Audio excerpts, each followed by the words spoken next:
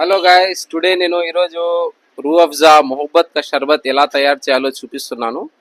ఇక్కడ చూడండి, first of all మేము ఐస్ తీసుకున్నాము, ఐస్ బాక్సెస్. దాంతో వచ్చేసి పాలు వేసుకోవాలా. ఈ ఐస్లో చూడండి పాలు వేయాలా.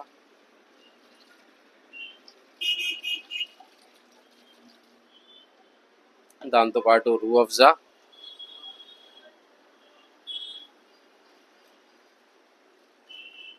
అఫ్జా వేసిన తర్వాత సబ్జా సీడ్స్,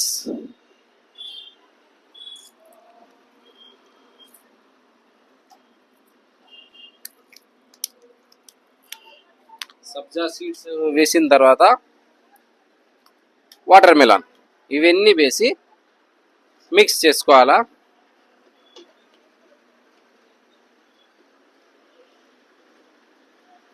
ఓకే గాయస్, చూడండి ఫైనల్ లాస్ట్ బాగా స్పిన్ చేయాలి.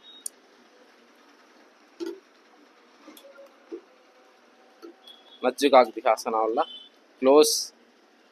ఇది చూడండి, సబ్జా సీడ్స్ బాగా గట్టిగా అయిపోయినాయి.